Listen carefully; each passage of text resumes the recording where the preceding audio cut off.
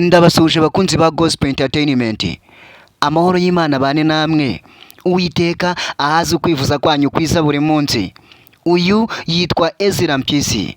Ni umupasiteri ukuze cyane mu bapasiteri bose bo mu Rwanda. Uyu yitwa Ezra Mpyisi.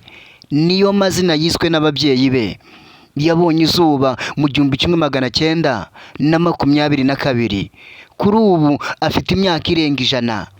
Nk'uyu musaza wabayeho akavukira i Nyanza ku ngoma y'umwami Yuhi wa gatanu Musinga, akaba agejeje imyaka irenze 102.